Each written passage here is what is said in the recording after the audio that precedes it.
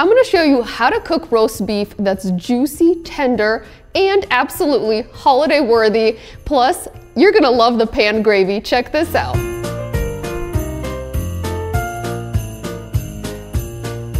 Hey everybody, it's Natasha of natashaskitchen.com.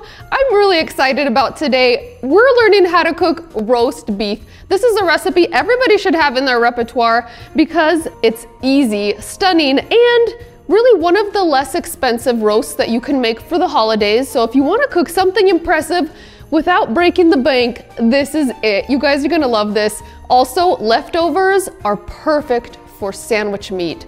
This is the ideal sandwich. My kids go crazy for this. All right, and I'm craving some roast beef and gravy, so let's get started. Also, if you haven't already, make sure you click below to subscribe, and when you do, hit that little bell icon so you'll get notifications every time we post a recipe. Plus, we're playing a game. Let me know where you spot Sharky in the video. We've got him hidden, so just let me know in the comments when you see him and where you see him. Okay, let's do this.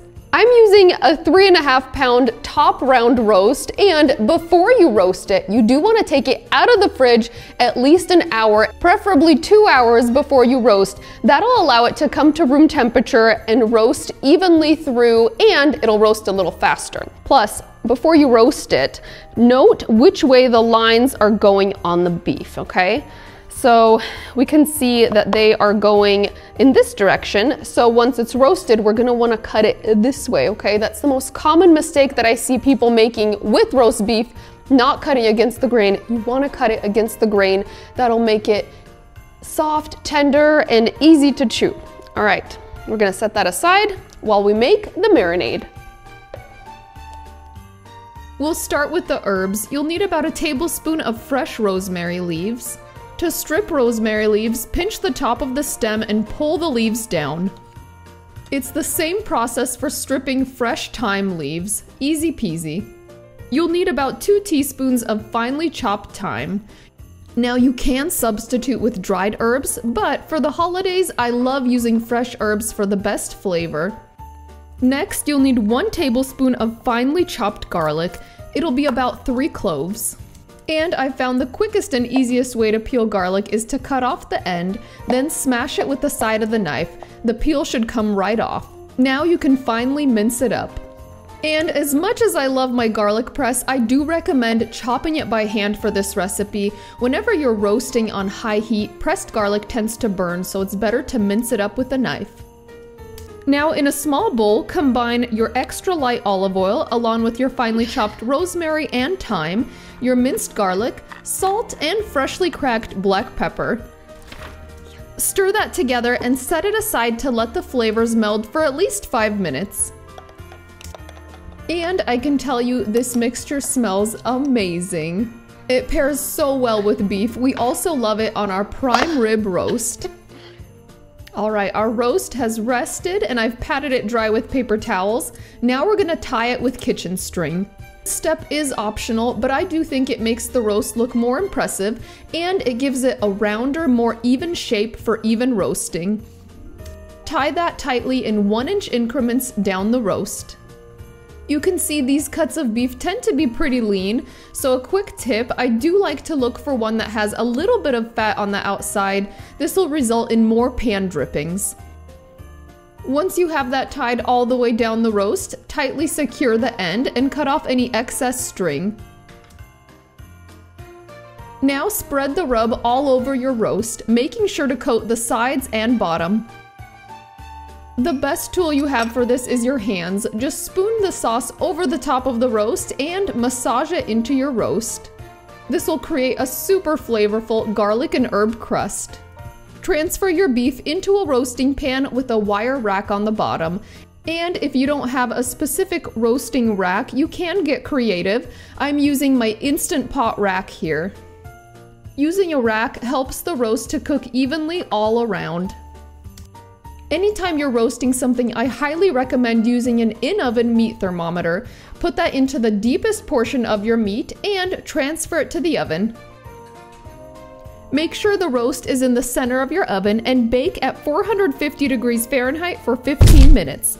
Now, without opening the door, reduce the heat to 250 degrees Fahrenheit and bake for another 28 to 30 minutes per pound.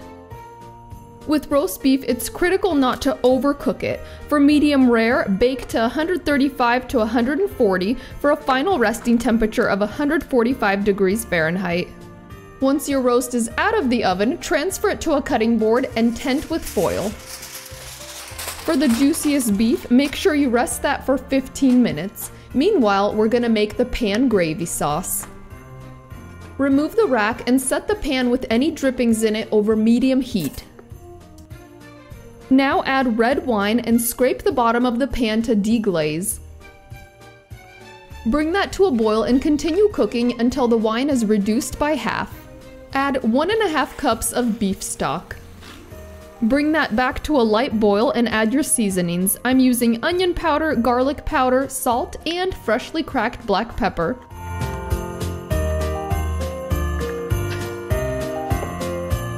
Stir that together. Now to thicken the gravy, we're gonna make a cornstarch slurry. Combine cold water and cornstarch, stir until it's well combined, and drizzle that into your gravy mixture while stirring constantly. Bring that back to a simmer and continue cooking for about 3 minutes or until the gravy is thickened. Now turn off the heat and melt in your butter. Continue stirring until the butter is fully incorporated, then season to taste with more salt and pepper if needed. The gravy is ready. If you do like a silky smooth gravy, you can strain it through a sieve. Once that's strained, transfer it to a gravy dish. All right, our gravy is done, our roast has rested, and it's time to carve it up. And eat it too. We are gonna eat it. And seriously, if you don't already have one, get yourself an in-oven thermometer. In the long run, it will definitely be worth its salt because it'll save your meat from getting overcooked or undercooked. And that's really good in the oven, also on the grill, in the smoker. It is such a handy thermometer. I will link to it in the notes. Okay, remove the string because nobody wants to eat string. It's very unpleasant. And even though it tastes good, it doesn't go down easy. Just snip that away, comes off easily. And it's just some basic kitchen twine. This one's the red and white. I love that it's kind of Christmas colored. Okay, get rid of that. You can suck on it for a little bit if you want to get all that flavor. Just kidding, that's kind of weird. Okay, here we go. We're gonna carve it. And remember what I said about cutting against the grain. This is so important. I have seen so many roasts that have been sliced raw and it just gets tough and hard to chew. Okay, so find which way the fibers go. On here, they go this way. You wanna break those fibers. So when you cut against the grain, you're breaking the fibers, making it so much easier to chew. All right, got my handy little carving set. Also, with roast beef, you do wanna cut thin slices. Another thing I see is people cutting these big old hunks of, you know, big medallions. This is not a prime rib, okay? With prime rib, you wanna do that so it doesn't cool down too quickly, but with this one, you wanna cut it thinly, so just shave it away. The end pieces will be a little more cooked, so for the folks who want their meat a little bit more well done, look at that. That is gorgeous, gorgeous, perfectly cooked. And that is why you need a thermometer. All right, just shave nice thin slices. You know what I love about this meat? Leftovers are amazing. This is the perfect sandwich meat. Shave it nice and thin. Use your leftover meat in sandwiches for lunch the next day. Oh, I think this is the best looking one I've made. And I've made like 3 of them in the past week to get ready for this video because I wanted it to be perfect for you. Wait until we add the gravy. I'm just gonna load up my plate. Okay, here we go. Get several generous slices because I am hungry. I mean, when this roasts in the oven for a while, you work up an appetite smelling those yummy aromas, right? All right, here we go. Now, the gravy. This is probably my favorite part. Just imagine this over your beef. Oh, it makes every bite so delicious. Imagine it over our creamy mashed potatoes. All right, I'm just gonna dig right in. Here we go, because this is calling my name. Get myself a big bite. And you can see it cuts through so easily because we've thinly sliced it. We've cut it against the grain. And,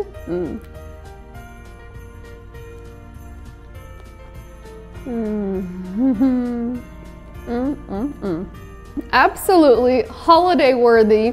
Plus, when your meat is this lean, make sure you don't overcook it. Anytime you overcook beef, it'll be tough. So that thermometer is key. But wow, this is just irresistibly good. You can really taste that little notes of red wine in the gravy and the garlic and onion powder, and that little bit of butter actually makes the gravy super luxurious.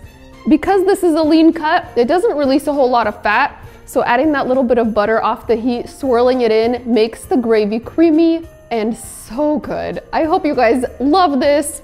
Let me know if it makes it to your holiday table, and Merry Christmas, Happy Holidays. I hope you guys have a wonderful holiday season, and we'll see you on the next episode of Natashas Kitchen. David, I've got steak. My son just got home from school. Somebody's eager. All right. This right as I walked in the door. Did you? Smelling good. He didn't even have time to take off his coat. Okay, that's how good this is. I think his face says it all. Good, huh? That gravy, you like that gravy? All right, we're gonna go eat. Bye.